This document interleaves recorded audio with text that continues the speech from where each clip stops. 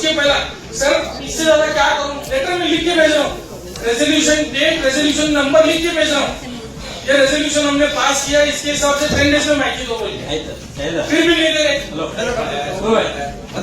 ಅಲ್ವೇ ಕೇರಳ ಇರೋದಕ್ಕೆ ಮತ್ತೆ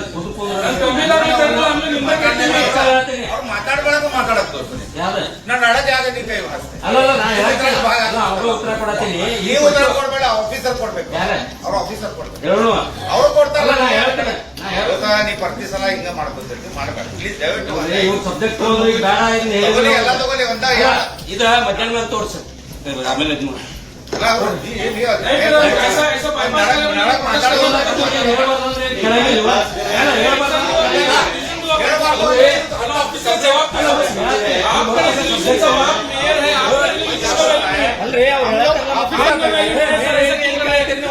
आप रेजोल्यूशन पास करने के बाद में भी ऐसा क्यों कर रहे हैं? आप हम रिक्वेस्ट किए कि नहीं सब आपको रिक्वेस्ट किए कि नहीं सब फिर भी क्यों कर रहे हैं? फिर क्यों करते हैं?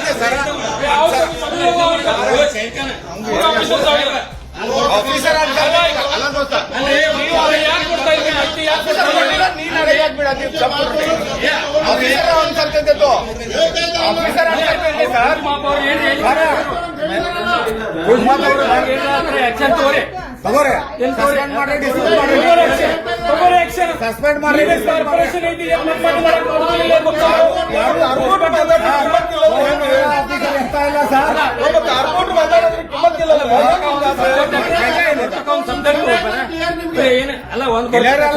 ನಾವು ಮಾತಾಡೋ ಮುಂದೆ ನೀವು ಮಾತಾಡೋ ಮುಂದೆ ನಾವು ಗಪ್ ಕೊಡಿರ್ತೀವಲ್ಲ, ನೀವು ಮಾತಾಡೋ ಮುಂದೆ ನಾವು ಗಪ್ ಕೊಡಿರ್ತೇವೆ, ನಾವು ಮಾತಾಡೋದಲ್ಲ. ಪ್ರತಿ ಸಲ ಹಿಂಗಾದ್ರೆ ಹೆಂಗಂತ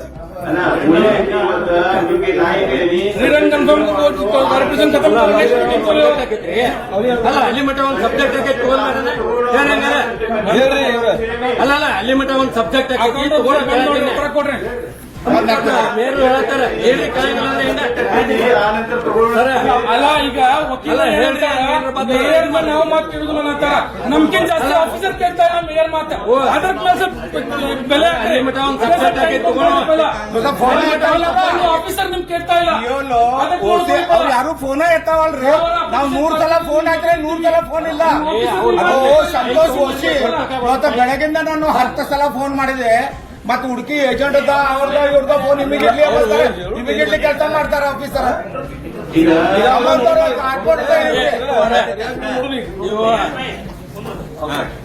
ಒಂದು ಗಂಟೆ ನಾವು ಸಭೆ ನಡೆಸಬೇಕಾಗೈತಿ, ಆಮೇಲೆ ಊಟಕ್ಕೆ ಬಿಡಬೇಕಾಗೈತಿ. ಇಂಥ ಸಂದರ್ಭದಾಗ ಅವ್ರ ಆಫೀಸರ್ ಬರ್ಬೇಕ, ಫೈಲ್ ತರ್ಬೇಕ, ಒಂದು ಸಬ್ಜೆಕ್ಟ್ ಹಾಕೈತೆ ಅಂತ ನೀವು ಕೂಡ ರಿಕ್ವೆಸ್ಟ್ ಮಾಡತ್ತೀವಿ, ನಾವು ಕೂಡ ರಿಕ್ವೆಸ್ಟ್ ಮಾಡತ್ತೀವಿ.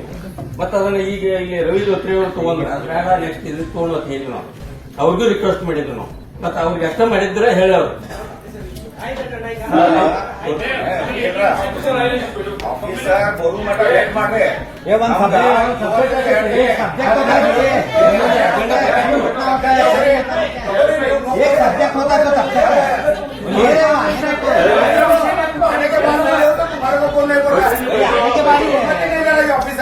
दूसरा सब्जेक्ट होता नहीं, वैसा ही बैठे रहने का क्या खड़े रहे तो होता है, काम नहीं होता है। लो आने दो, आने के बाद